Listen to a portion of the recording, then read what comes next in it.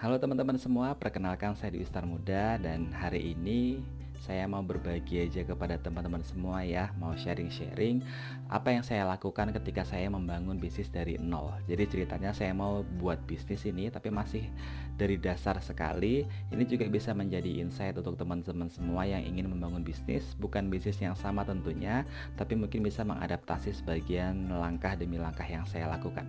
Jadi yang pertama, langkah yang saya lakukan adalah saya menentukan niche marketnya dulu atau ceruk pasar. Kita mau terjun di bidang apa? Nah, karena saya punya basic di digital marketing dan pemrograman web, jadi saya mau terjun ke niche marketnya adalah digital marketing. Nah, selain niche market, kita juga perlu menentukan sub niche-nya. Jadi, agar lebih spesifik lagi target pasarnya, jadi kita menentukan sub niche yang kita pilih.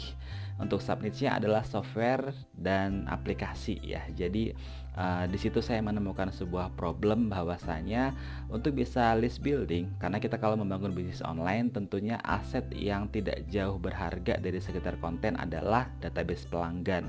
Jadi untuk bisa membantu orang-orang untuk mengumpulkan database pelanggannya, saya akan menyediakan sebuah platform yang terintegrasi. Jadi di satu platform tersebut kita bisa mengirimkan email, broadcast WhatsApp, discussion group dan lain sebagainya.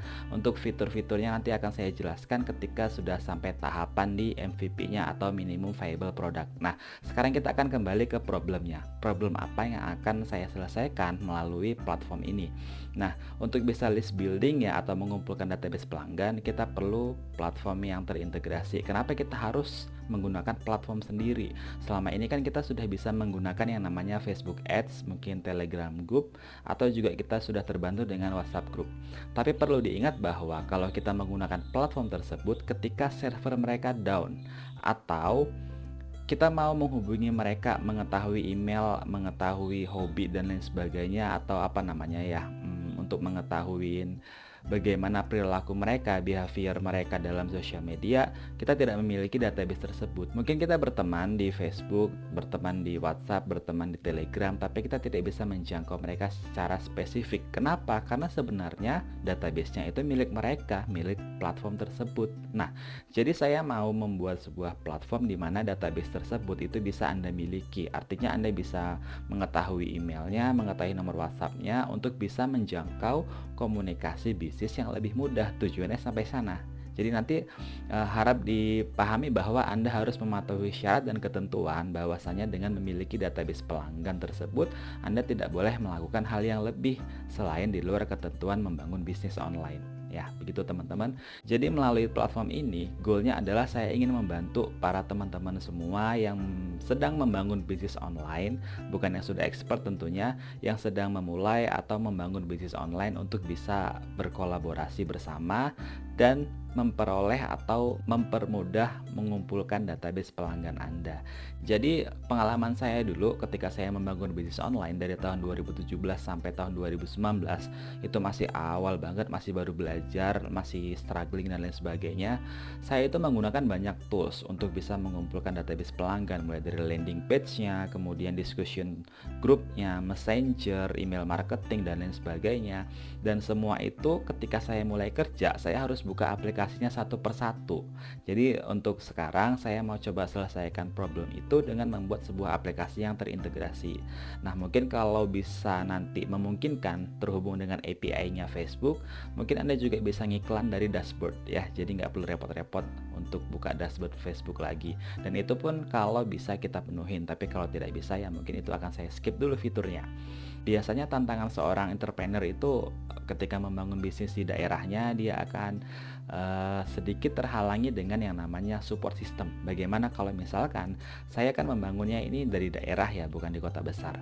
Bagaimana kalau di daerah saya ini bisnis yang seperti ini belum disupport. Nah, jadi ini tentu akan menjadi yang peluang yang sangat blue ocean ya. Tidak ada kompetitor, kita mulai fight sendirinya, membangun mengedukasi masyarakat untuk bisa menggunakan program yang seperti ini, dan itu benar-benar peluang yang sangat besar. Jadi saya sangat benar-benar excited untuk bisa menggarap project ini. Nah, Untuk funding bagaimana? Jadi saya juga namanya kita membangun bisnis kan tentu ada beberapa budget yang harus kita penuhin untuk bisa membangun sebuah company gitu. Jadi biasanya kalau kita membangun startup ya, ini kan startup digital yang agak different lah ya. Biasanya kalau orang-orang membangun startup itu mereka akan menggalang dana dari investor atau mencari funding. Nah, tapi kalau di sini saya akan coba untuk fight dahulu. Jadi hal yang perlu saya perjuangkan di awal adalah sebuah cash flow. Jadi untuk kita bisa membangun bisnis kita butuh cash flow. Nah, di sini saya juga sudah memiliki beberapa key resource. Jadi saya punya keterampilan di bidang pemrograman web. Nanti mungkin saya bakal cari job untuk buat aplikasi.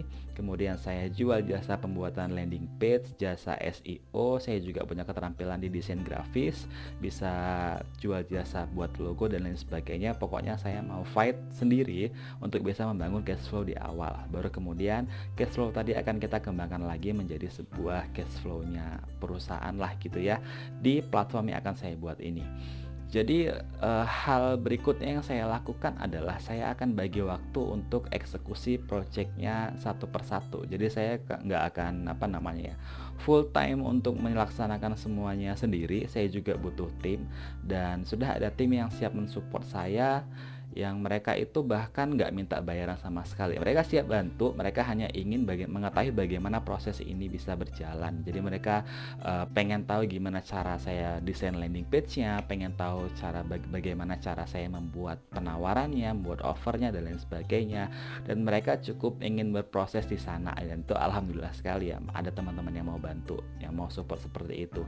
Memang nggak banyak, tapi mereka sepertinya tulus niat karena memang sudah sering juga diskusi saya di grup Facebook, grup Telegram, dan mereka juga sering sharing-sharing di webinar juga Discord. Nah, kemudian hal selanjutnya adalah saya akan menentukan atau merancang business plan. Jadi waktu itu saya lupa tanggal berapa saya pernah sharing mengenai business plan di Facebook. Nanti akan saya bagikan linknya, atau saya sertakan file contoh business plan yang sudah saya buat di link di deskripsi ya teman-teman. Jadi saya buat business plan, dan di situ ada key partnernya siapa, kalau tadi ada niche marketnya apa, kemudian key activitiesnya apa aja, terus bagaimana cara kita bisa menjangkau pelanggan, distribution channelnya dan lain sebagainya, revenue, pembiayaan dan lain sebagainya. Semua sudah saya tuangkan di business plan yang saya buat. Nah, kenapa harus mulai sekarang? Kenapa nggak dari dulu? Kalau dulu saya masih struggling di digital marketing, jadi di situ masih belum paham bahwasanya ini ada problem yang kalau diselesaikan ini adalah millionaire problem. Jadi kalau kita berhasil menyelesaikan problem ini nilainya miliaran. Itu masih asumsi saya aja. Waktu itu saya belum memiliki kapasitas untuk bisa menyelesaikan problem ini. Baru-baru aja saya kepikiran kenapa nggak coba diselesaikan, bahwasanya kita bisa membuat sebuah platform yang terintegrasi, dan ini juga dibutuhkan oleh para digital marketers, dibutuhkan para brand owners, dibutuhkan para pemilik bisnis, dan bahkan orang-orang yang belum punya bisnis sekalipun bisa memulai menggunakan platform ini. Kan kita bisa ciptakan sistemnya dan lain sebagainya. Nah, dari situlah saya baru mulai execute program ini, dan alhamdulillah mudah-mudahan untuk soft MVP-nya mungkin saya rilis di bulan Juli sampai September ini udah bulan Juli ya. Di September saya akan rilis MVP-nya.